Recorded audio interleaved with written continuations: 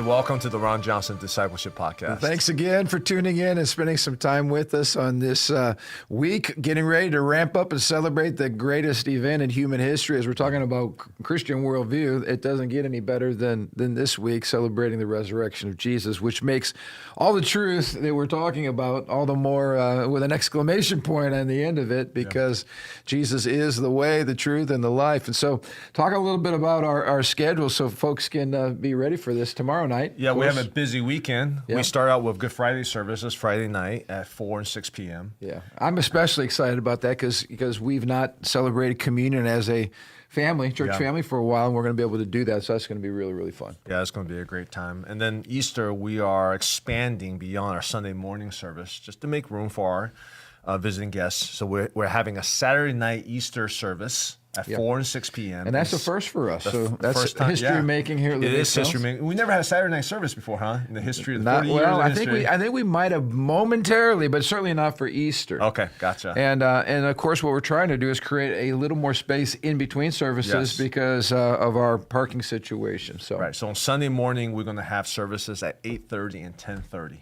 Just to give that in-between time a little break. Yeah, so a little more exhale, not quite as rushed, and we're really excited about that. So that represents about 6 services for us in 3 days. So it's going to be a busy weekend, but I like the difference between busy and meaningful. This is going to be probably the most awesome 3 days as we celebrate Christ's death, His burial, His resurrection, and just rejoice in what it means to be a lover and follower of Jesus Christ. So that's an exciting note.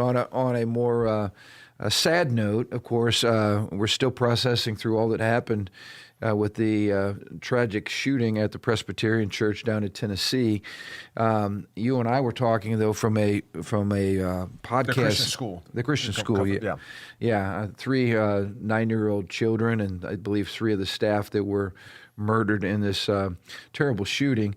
But you and I talking about it from a worldview perspective, and talk about what you saw Tucker Carlson's approach, which I thought was very interesting. Yeah, I normally don't watch a lot of like mainstream news and whatnot. This showed up on my feed that I follow, and Tucker Carlson, who I wouldn't consider like a overt Christian. I mean, he's definitely conservative, but he mentioned a clash between, because this person, the shooter, identified as a transgender. And he really talked about the clash in worldview between the transgender ideology and the Christian ideology. And the way he framed it was very interesting. Yeah. Well, and I was just going to say, for years, even in the state of Indiana, when the RFRA bill was gutted and basically overturned back in the day, that we became the center of media attention, I had been arguing for the entire time that there is no common ground between those worldviews. It's not like good and evil, so to speak, although we would certainly call ideas they're not in line with Scripture evil. But the point was, politicians are always looking for common ground. Yeah. How do we come together? How do we find common ground? And if you understand things from a biblical world or just a worldview perspective, you realize that there are certain foundational presuppositions that if those foundational presuppositions are diametrically opposite, opposed to each other, there is no common ground. Right. It's like on the life issue, abortion issue.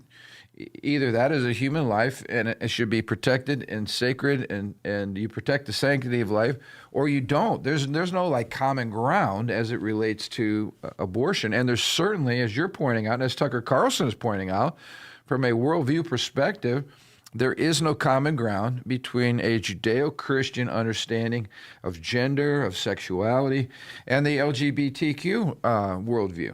And he recognizes that. It's very interesting. He says basically there's no compromise because the Judeo-Christian perspective is that we are not gods and we don't get to dictate certain things. Right. We are like simply gender, yeah, among others. We're sinners. We need God to help us. We're not gods.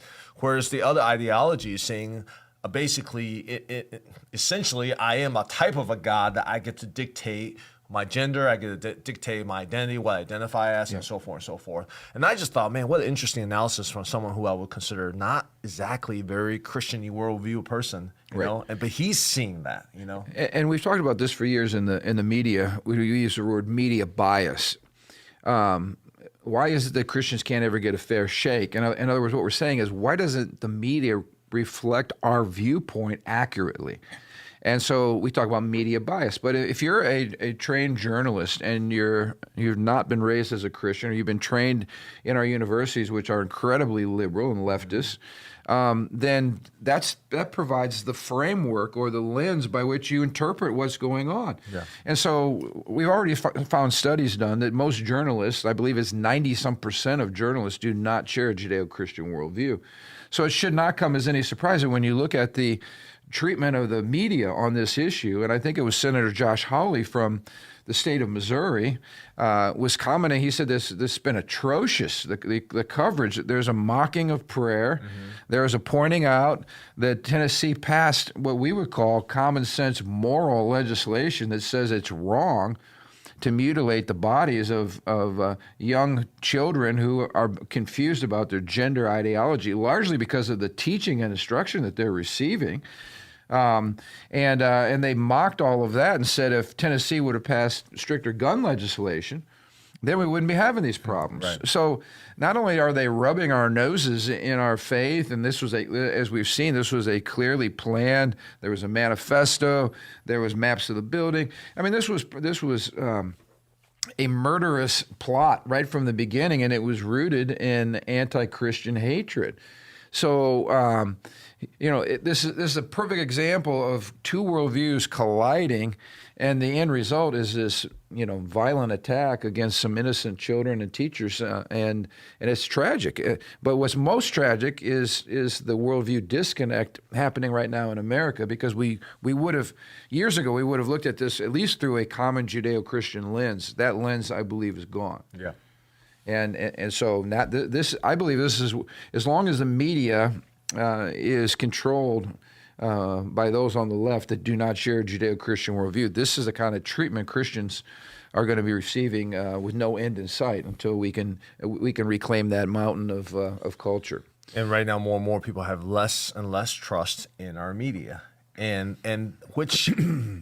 In the scheme of the whole thing is not a good thing for our culture, for our nation, because we need reporting agencies that's going to tell us what's going on, right? And or at least remember, we used to report news. Right. We didn't have biased, journalistic narratives, slants and narratives. Yeah. So if they could get back to just telling us what happened, then we would be able to have some honest disagreement about why it happened. Right. But nevertheless, man, our hearts and prayers go out to this community that's been impacted. I mean, we were talking, just in our own church here. You have young children. I've raised children. We have, we're educating children. I mean, these are things that hit home to all of us, and so.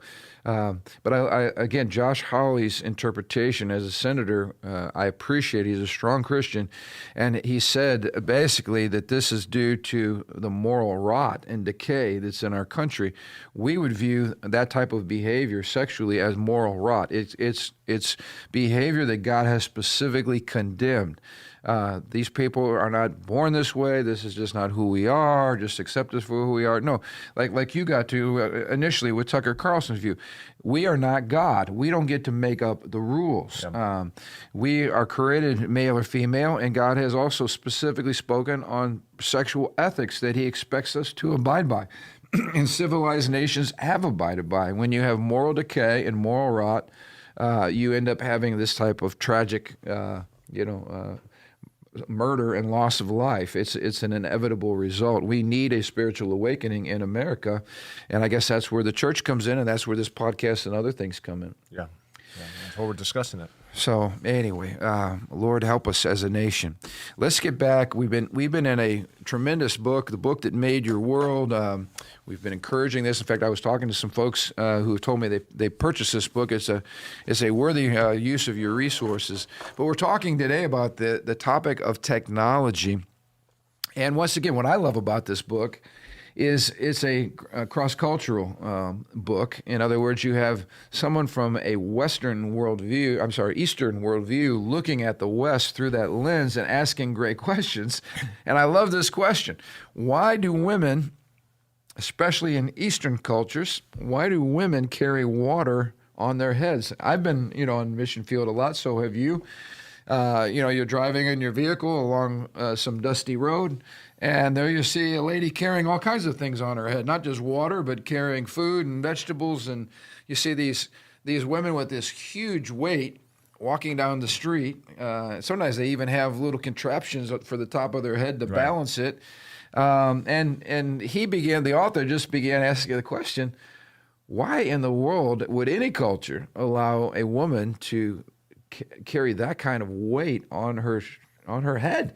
And he asked the question, why don't American women do that? And so once you travel from east to west, you realize that in countries that have been impacted from a Judeo-Christian worldview, the women aren't doing these things. And he begins asking a really good question, why? And he brought up some good points, like, what about pumping technology? Wasn't that created in the East? And he says, yes, it was. In his home nation of India, they had pumping technology, and yet their women were still carrying water on their heads. So if you have pumping technology, why do you still see that? Then he talks about things like wasted labor, like spending hours and hours and hours trying to just move water from one point to another point. That's a drain on your economy because it's not an efficient use of power, of strength.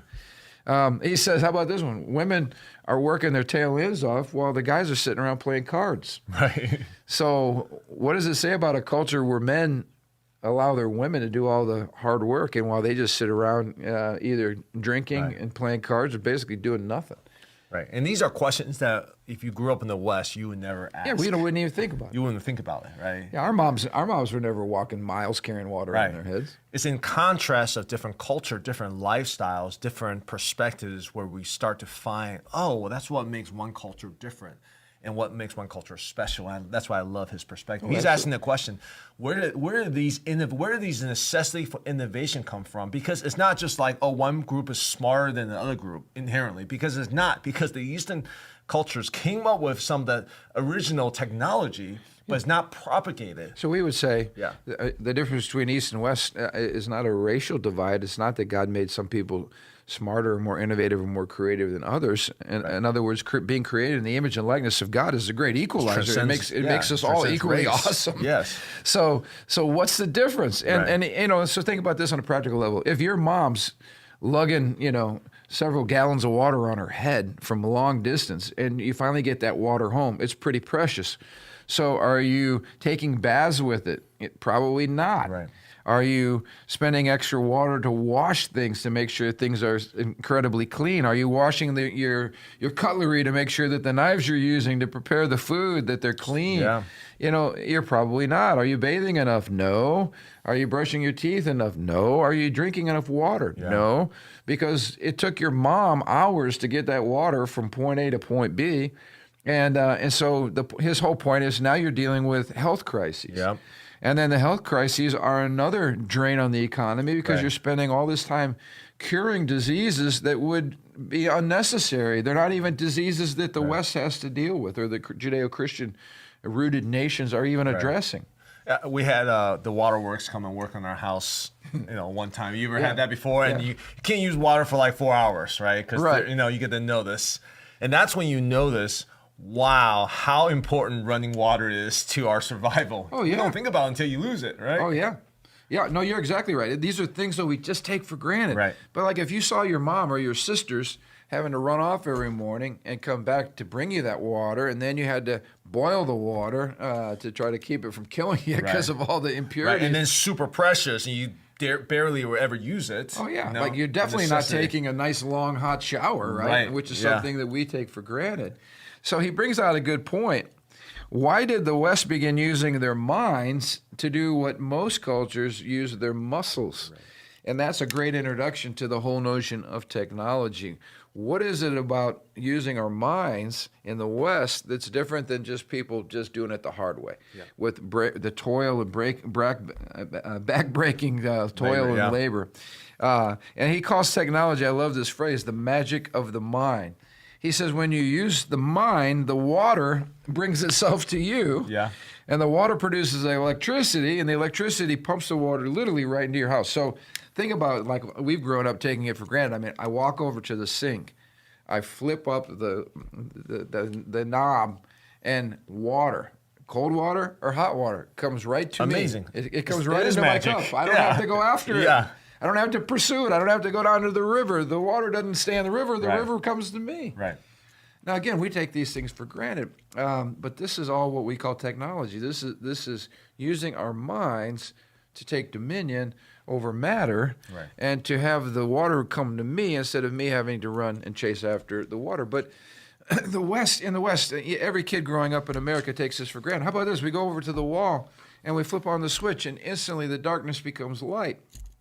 Amazing how that happens until you don't have it because of a storm or something. Right. And then you realize how vulnerable you are. But that's how most of the world lives, yeah, especially in Eastern cultures.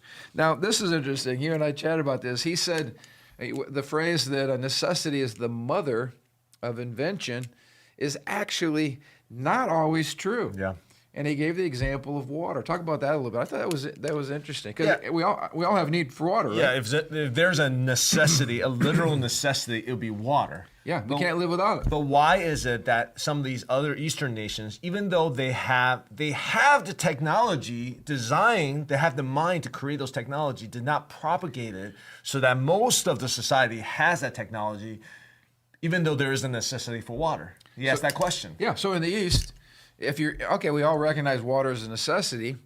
So I need to have more wives because I need to get a couple extra wives to keep hauling that water on their heads because it's a necessity. Or I need to force my children to more slaves. Or slaves. Yeah. Or you're going to, in other words, the water is still the necessity, but it doesn't mean that I'm going to invent ways to get it to me. I'm just going to come up with more people that I can empower or enslave to do that work.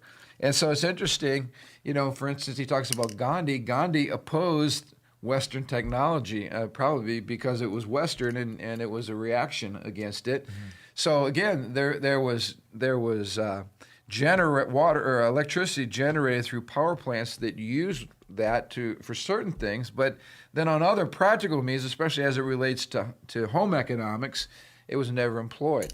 So you might have an electric generator that provided some type of energy for the community, but it was never brought into the home. It was never part of the domestic life. Yeah. Because, again, it goes back to their worldview. He brings out the point, too, that Huxley and some of these Western atheists were accusing Christians in our worldview of creating an environmental disaster. And I couldn't help. Now, you and I like to talk about movies, which I hardly go see any of them. But the second round of Avatar came out, which I automatically knew. I'm not watching this movie because it embodies everything that we're talking about today. Technology used to tear into the ecosystem, and it's all rooted in capitalism and militaristic empowerment of nations, and we got to get back to nature and pantheism and all this kind of stuff, which is so what we realize in real life produces nothing but absolute poverty. But I think they're trying to address the fact that the technology that came out of a Judeo-Christian worldview could be used for evil purposes. Yeah, I thought there was a paradox here, right? On one hand, we're Christians who are being accused of anti-science. We're anti-innovation, anti-technology, anti-logic. Right. We're all into the supernatural God thing that you can't scientifically quantify, right? But on the flip side, we're also to be blamed for the ecological disaster based on technology. I'm like, well, which is it, right? Yeah, exactly. We're at fault for being not technology-driven, not scientific, and we're at fault for using technology to destroy the environment. Like, pick a lane, guys. Which one is it? No, but you bring out a really good point. It's like they use all the technology and innovation that came out of the Christian worldview to beat us up with it when they don't like the results of it. But here's what I love about the Christian worldview. The Christian worldview explains even the improper application of technology. Yeah. We've seen, we talked about this in some of these totalitarian countries with all the cameras and the surveillance cultures. That would be a wicked application of technology because it's used to control people.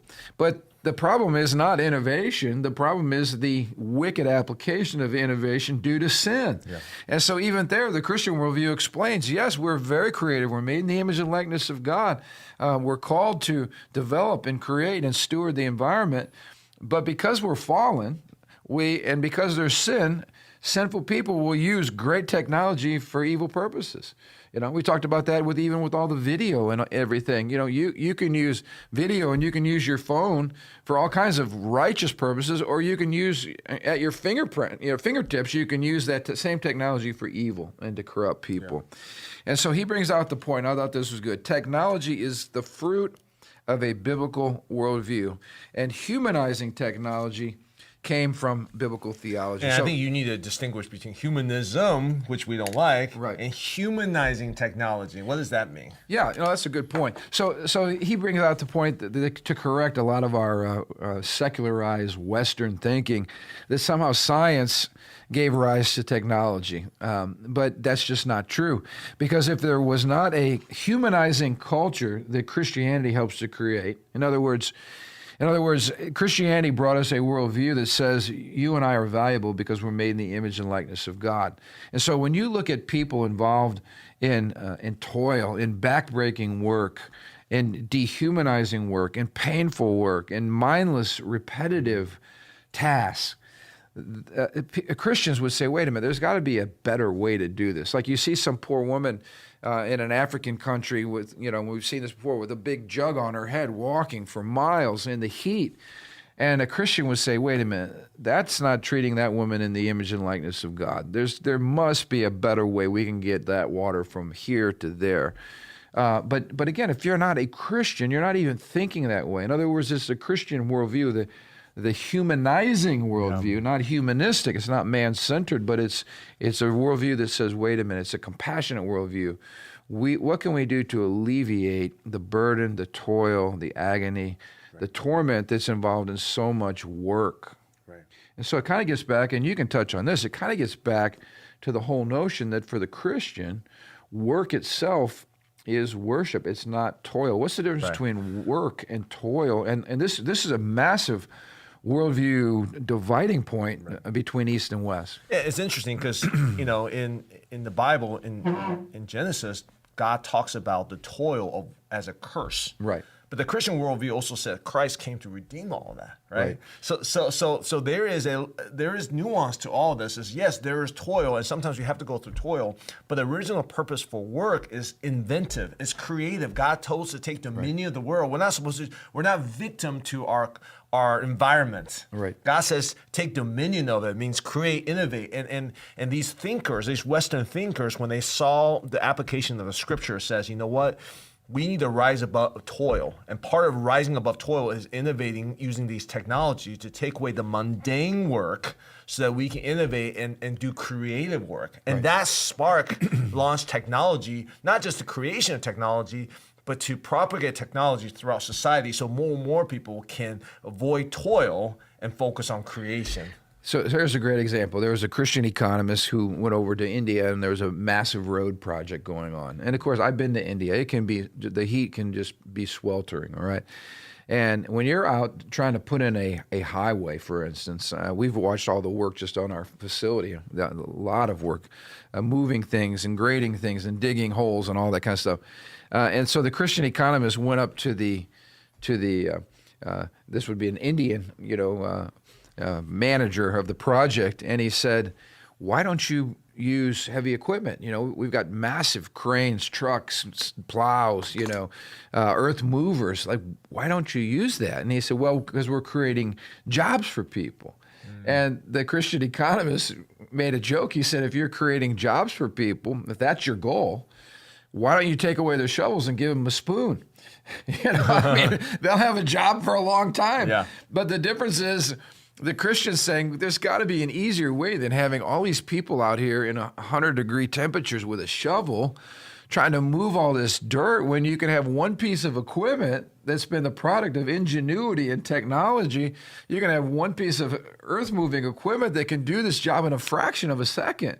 But that's the difference, again, as you point out, between backbreaking toil and using our minds, which is part of what it means to be created in the image and likeness of God, to create. God, he points out a couple of really good points here. God is a creator.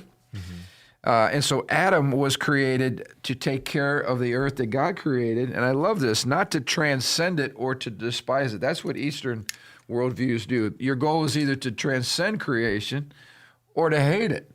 But our worldview says, no, we're meant to take dominion and steward the creation and create with what God himself has created. If you live in a hotel, and you're going to be there for a week, are you going to like nicely care for everything, buy nice furniture and like learn all about the hotel room? No, you're there for 2 days and you're gone, right? Right. Whereas if it's your house, you invested in it, it's your inheritance, your parents' house, they gave it to you, take good care of it. You're gonna spend a lot more energy studying, knowing the house. And I think that's a practical worldview changing mindset towards reality. If you think this world is just a 2-day hotel and you're supposed to transcend it, that's your goal, you're moving to a better place. Or trash it. You're gonna trash it, exactly. Yeah. Or not just do anything about it. But God's saying, no, you're supposed to be steward of our world. So God is creator, us stewarding creation, emphasizing intelligent craftsmanship because God himself is an incredible craftsman. We can see his handiwork all around us. And then this is good. The Bible taught us to follow the divine example of using the physical universe for righteous ends. In other words, we believe that because the universe was created on purpose and by design, that we can find things that God has embedded, whether it's laws, properties, etc., in the universe and use them for good. We can take things and develop them and make them into useful products. And then lastly, this is a huge one. The Bible taught us to use time wisely. Now, this is massive. Eastern culture and Western culture, as it relates to time, are miles apart, and we need to understand the why. Like if you've ever been into a country ministering, as I know we have, and you say the meeting starts at 10 o'clock. Well, you show up, a Westerner will show up at 9:45. Right. That's a virtue to show up early. Yeah, be early. It's a virtue to be early. Be early, because time matters to us. Yeah. But in many Eastern cultures, if you say the meeting starts at 10, it might start really at noon. And Westerners are frustrated because like, where is everybody? Oh, they're coming. But there is a lack of value on time. Now, talk about this. So how does the Judeo-Christian worldview teach us to maximize and value time and be time conscious? It's so interesting because, we talk about like running water, we take that for granted. We take the concept of a linear, like limited time frame for granted in American culture. Like we have calendars, we have clocks. When you say, hey, we're gonna do a podcast, I put my calendar. Yeah, and we're here. All that concept is we take it for granted. The reason Christians has that understanding of time is because the Bible talks about a beginning, a middle, and there's an end, and there's a judgment date. It's a linear time frame, right? It doesn't teach about the cyclical reincarnation that goes around and round. It's a time is meaningless if it's just an endless cycle. It's not a highway. It's a roundabout that you never get out of. Well, in that case, what's the hurry? We're not going anywhere anyways, right? Yeah, and time itself in Eastern worldview becomes an illusion. It doesn't really exist. You're not trying to accomplish anything. You're just trying to get out of it. But think of all the biblical commands. Redeem the days, or redeem the time, for the days are evil. David said, "Lord, help me to number my days." In other words, I want to live in light of eternity. I want to make my life count. I want to have. We preach this stuff. I want to have the biggest impact I can possibly have in the time that I have limited here. Yeah. These are all Western ways of thinking that have been influenced by the scriptures, and it's just not common for Hindus or Buddhists or Islamic folks to think in these ways because that's not part of their worldview. It is a uniquely Christian worldview. Now, I like this point that he makes too about Christian compassion. He said, why did Christian monks develop technology whereas Eastern monks did not? This was hilarious. First of all, lighting at the same time. First of all, he identified that both monks had the same problem. They don't have wives. So when it comes to household management and helping with food and preparing meals and all this, the monks are left to themselves. They got to get their own water. And then they very quickly was like, we got to innovate. Well, it's funny because the Buddhist monks had no problem begging for food. Yes, that's consistent with their worldview. That's very interesting, yeah. But Christian monks say, or Christianity teaches, no, you don't beg for food, you work for food. Paul talks about very clearly what you're supposed to do. You don't work, you don't eat. If it doesn't work, it doesn't eat. Yeah. So this is where, for Christians to work was to be like God, because God is a creator, and God is at work. The Bible says that God is at work even now. Yep. And so it was interesting that the monks wanted to create energy-saving technology so that they could spend more time with the Lord. Yeah. And in study and in meditation on the Lord himself and in worship, which is interesting. And even, it talks about the invention of the clock. The Eastern cultures were sharp. I mean, they invented a lot of this technology, but it never caught on. And the reason it didn't catch on was because the culture... It's a worldview, Yeah, the worldview did not create an environment where it would be important. So go back, I thought that was interesting about the monks all needing to be on the same time, Christian monks, so they could get to the prayer meetings. Yeah, so they invented a clock. I mean, it's amazing how many technology came from the monastery. I never really understood why, Mendel came up with the whole genetics. All these crazy technology came from the monasteries, and now I'm learning why. Well, they freed up their time through technology and rationality so that they could use their minds not only to take dominion of planet Earth, but so that they could have more time to use their thought processes and rationality, which we've dealt with in previous podcasts, to think great thoughts about God and to think about these things that really matter. I mean, just imagine like the next great new, flying cars or next new cryptocurrency came from a local church. And that's really the context of these crazy new world-changing technology came from these monasteries. And what does that say about Christian worldview in terms of innovating and technology and apply science? Absolutely. So the idea being, again, let's free up ourselves from mindless toil by using our minds to interact with the environment to create technology that still gets the work done, because work isn't evil. We still need to grind our grain. And so, I was looking here at things like the lateen sail, which eliminated galley slaves by using wind technology, the wheeled plow and the horse, and some of the technology that came out of taking better care of your animals, like horseshoes and proper harnesses, and changing the technology on plows so that you can get more productivity out of the fields. He talked about the water mill, the windmill, and the simple thing like a crank, and how these things revolutionized so much of work. The wheelbarrow and the flywheel.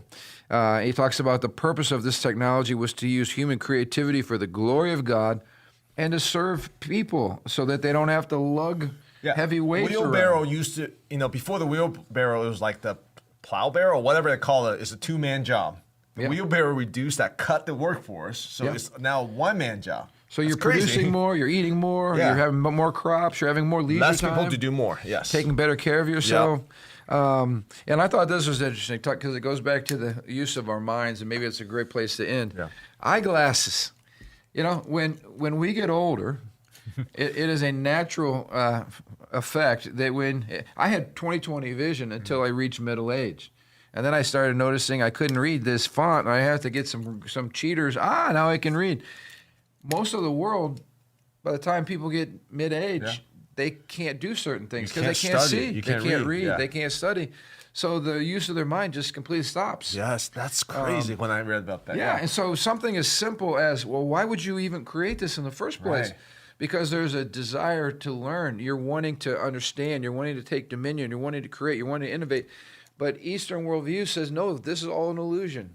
So shut your eyes. You don't need your eyes. You don't need to see. Shut your eyes. Meditate. Get out of touch with reality, because that's how you find yourself. I mean, I've been wearing my glasses since I was in grade school. And my young kids have glasses now. Why? Because I want them to read and study and innovate and grow. Imagine if I don't have my glasses, my brain will be a quarter of what it is right now, because I haven't been able to really that's scary. read. For you, it's so functional. But for me, I'm in big trouble. How about going out reading a menu at the restaurant? Oh, yeah. I'm just pick something up. It's funny because right now I'm getting in a place in which I can't see far away and I can't see close either. So I'm like...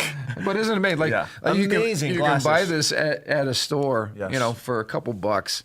The cheaters anyway. And what a difference it's made in our lives. But again, the point is technology is, again, something that people in the West take absolutely for granted. and we shouldn't take it for granted. It is the fruit of a Judeo-Christian worldview. It would not exist and does not exist anywhere in the world where Christ is not exalted, where the Bible is not loved, and where the world is not viewed, through the eyes of a God who created us, and a worldview that's meaningful and rational and purposeful, and people created in the image and likeness of God. I just want to share a thought. Like right now in the Eastern nations, India, China, some of these nations are very much catching up on technology. They're starting to use crazy amount of technology and whatnot. But the issue is when you cut off the source of these original intent, which we don't really teach about. I didn't really know about the source of glasses and clocks and whatnot. The Christian worldview for humanizing technology and for the glory of God and workers' worship, when you cut that off, you know what the ends of technology is? Greed. Oh, yeah. Domination, power. Ambition, and power. And that's why right now, that's the world we have today. Because we Christian, maybe we haven't stewarded the root to technology and capitalism, innovation as well as we should have. Because this is kind of a lost art. This is a lost knowledge that this is the origin of why we want to innovate. It's for the better of mankind. We even hear people say that, we want the purpose of technology for betterment of mankind. Why? For the glory of God. Right. When you lose God, it becomes... And because these are precious people made in the image and likeness of God, and because we want to solve problems that are hurting people and that are causing people to live in situations where there's disease and illness and no clean water and no proper housing and all these things that can be solved if you got sin and corruption out of the mix. And if people truly lived for the glory of God and created for the glory of God and for the betterment of mankind. There is an angle right now of the humanitarian, we want to go and do clean water and for whatever. But my fear is when you cut off God, eventually those good-hearted people will again fall into the mire of ambition and pride and competition and greed and all that stuff. Yeah. Because the root of glory to God is so important to sustain this type of innovation and culture. Because right now we have technology going. Technology has become a god in our culture today. Oh, absolutely. And when we lose sight of the glory of God, it becomes a scary thing. Yeah. No, well said. Well said. So, again, it drives home the point. We need Jesus, because until Jesus deals with the fallen, wicked, carnal human heart, we're always going to use our minds and technology and innovation and wealth for wicked purposes. So, Lord, help us. Thanks so much for watching. We're going to be excited to get back with you next week on another exciting chapter from this book, and we hope it's helping you connect the dots. And at the end of the day, just appreciate the world in which we live today. It is in the West anyway, it is the benefit of a God-centered, Christ-exalting, biblically saturated worldview that's led to the blessing, untold blessing of so many people. So we'll look forward to seeing you next Thursday.